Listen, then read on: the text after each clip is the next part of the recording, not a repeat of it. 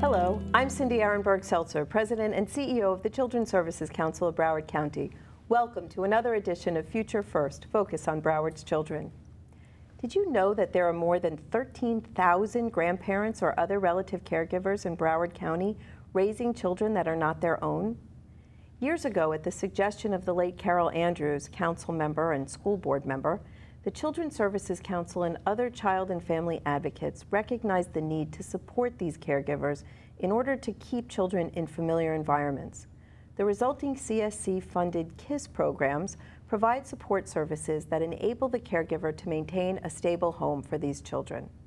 To talk with us about this important family strengthening initiative that helps reduce risk factors for children in Broward are Mark Dhooge, President and CEO of Kids in Distress, also known as KID Inc., Myriam Campo-Goldman, President, CEO, and founder of Harmony Development Center, Natalie Thomas, Clinical Supervisor for the National Youth Advocate Program, and Walter Honaman, Supervising Attorney for the Children's Advocacy Program at Legal Aid of South Florida. Later, we'll hear from Melodee Putt, a grandmother who is raising her two granddaughters. Welcome, everybody. Thank you for being here today. Thank you, Cindy. Walter, I want to start with you because I want you to explain from a legal perspective the difference between a relative, non-relative caregiver and a foster family. What does that mean and why is that a special relationship? Well, the state of Florida requires that every child under the age of 18 have a legal custodian who's able to make decisions on behalf of that child. For example, accessing her academic records, providing decision-making for medical needs. Youth who are in foster care are placed under the state's supervision through the Department of Children and Families, and ultimately the Department of Children and Families is making the decisions regarding that youth while he or she is in care. Florida law does allow for relatives to be able to provide legal decisions for their relatives. It has to be a relative relationship within the third degree, but that's a mechanism which allows the grandparents or the aunt or the uncle, cousins, can even include adult siblings, to really step up to the plate and keep that child within his or her family and make those legal decisions. Non-relatives can also get legal ability to make decisions for the child, but that's more of an unusual decision, and it can be done through a guardianship, or and for long term, it can be an adoption.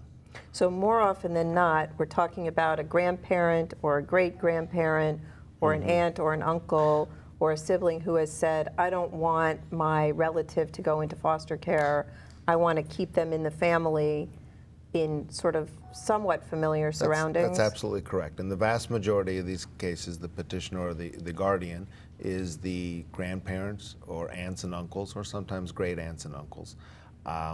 They exactly, as you said, they're the ones who have said, I'm not going to stand by and watch my children, not my children, but my relatives go into state care, and I will step forward and do what I need to be able to make the legal decisions.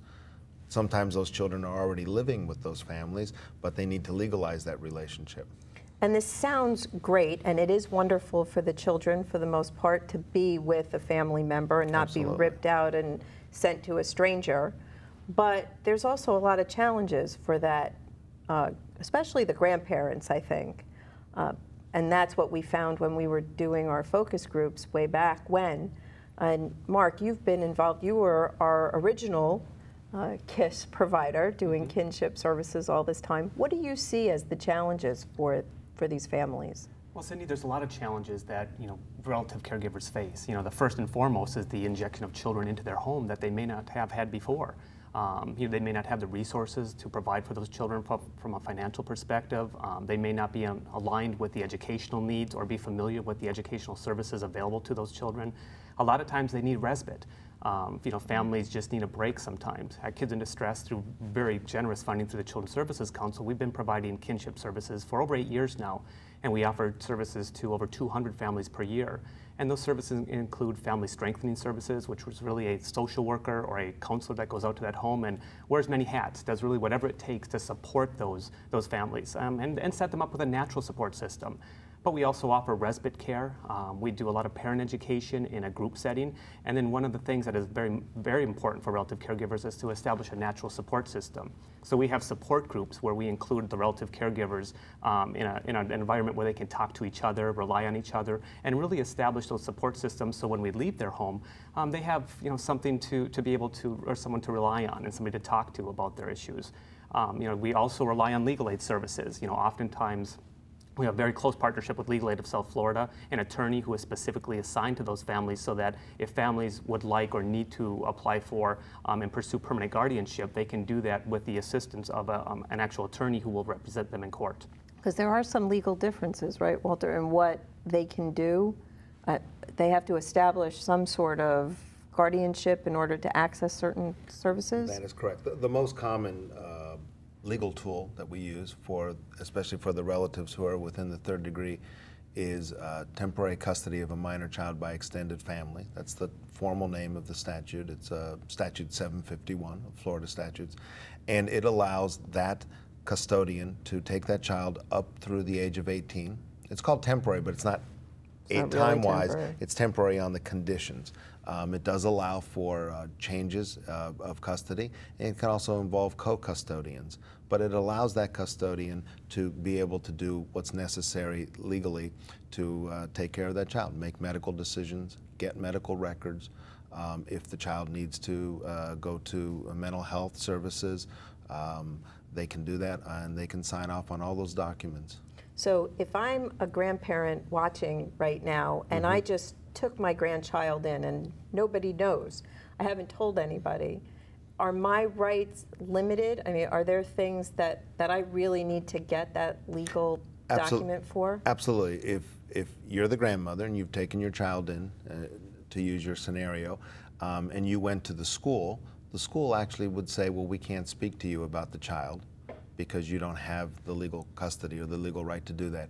And if the child ended up in the emergency room, they would treat the emergency, but for anything further than that, they would need some sort of legal documentation showing that you have the authority, the legal authority, to make decisions on behalf of that child. So it's really important that they contact legal aid or one of the agencies to get connected to you so that Vital, that, and they would reach out to Kids in Distress, to Harmony or to NIAP, to access those services that are provided, a myriad of a real system of care that's provided.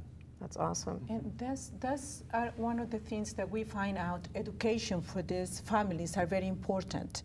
Usually they don't know what they need to or what path they need to take in order to legalize the situation, or what access do they have into the community or services. So that's when we come in place and help them to understand and educate them. How can they really come across to all the services and legal aid, for example, or medical or Medicaid or education that they really need to know in order for them to stabilize and really have a more permanent family strengths and strong family ties. I think what the Department of Children and Families and ChildNet have realized is, at least now, the pendulum has swung to, let's find family members that are willing to take in the children rather than put them in foster care.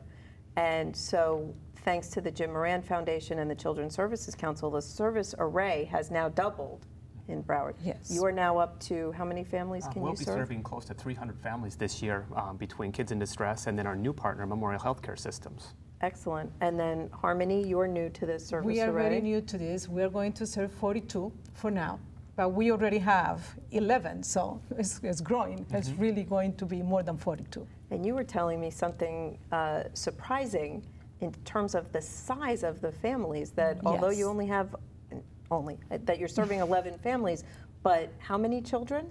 37 children, because majority of them are into 7 grandparents raising 7 children, some of them 8. So really is big size of families that need a lot of support and help in order for us to prevent them to really go to be dependent on the system.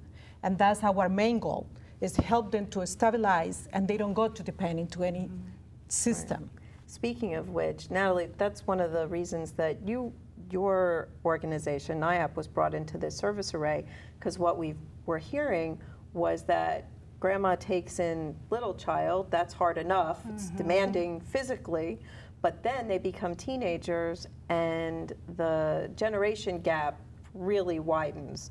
Life today is very much different than when they were raising their children, and you specialize in teens, is correct? That's correct. So the National Youth Advocate Program has been bringing services to families and youth in the community since the 1970s, as we're a national organization. We are new to Broward County, and our Connect program, thanks to the CSC, is now here to follow up on the good work that Kid Inc. has been doing, and with Harmony and other agencies. And we do specialize in teens. So between the ages of 11 to 17 years old, we identify these kinship families that have the specific needs with the teenagers. And as you mentioned, the generational gap is one issue. Sometimes substance use, unfortunately, is another issue that we see with our teens. And we provide counseling services and linkages and make sure that these families have all the support that they need to address the specific needs of their teen. That's great. We're really looking forward to seeing that program continue to grow. Yes, yes. You know, these challenges are extraordinary, and we've talked about a little bit about the families getting linked, but we're going to hear from Melodee Putt, who's a grandmother who's raising 2 children because of their mother's issues with substance abuse. She didn't know about these programs. We found her when she was talking about her taking care of substance-exposed babies, but today we're going to hear about the challenges that she faces as a kinship caring caregiver.